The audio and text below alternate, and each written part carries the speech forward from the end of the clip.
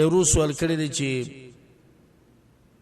زه په دکان کې کار کوم او په هغې کې ټیویان او ویډیوګانې د شینه جوړوم او د ډیشونو د چترۍ او دا لګوم او دا ریسیوري، نو بیا چې څوک په دې باندې سندرې اوري یا فلمونه پکې ګوري نو زه پکې ګناهګار یم او که نه، او دا کار جایز دی او که نه؟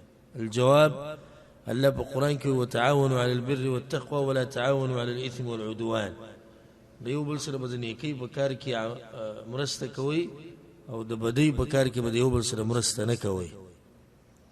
او دا ټیویان او دا ډیشونه میشونه اکثر او غالبا دا په ګناه کې استعمالیږي، نو په کار دا چې دا رور دا کار پرېږدي او د ځان دپاره بل ځای کې څه کار ولټوه.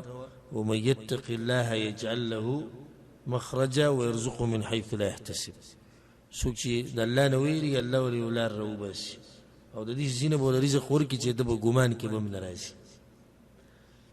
او سپېره کار دی او سپېره رزق دی چې په ډیشونو او په ټیویانو په دغه ګټلی کېږي.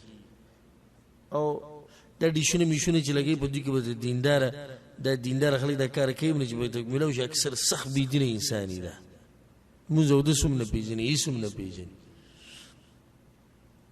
نو دې کارونو نه ځان لرې ساتل پکار دي. والله اعلم.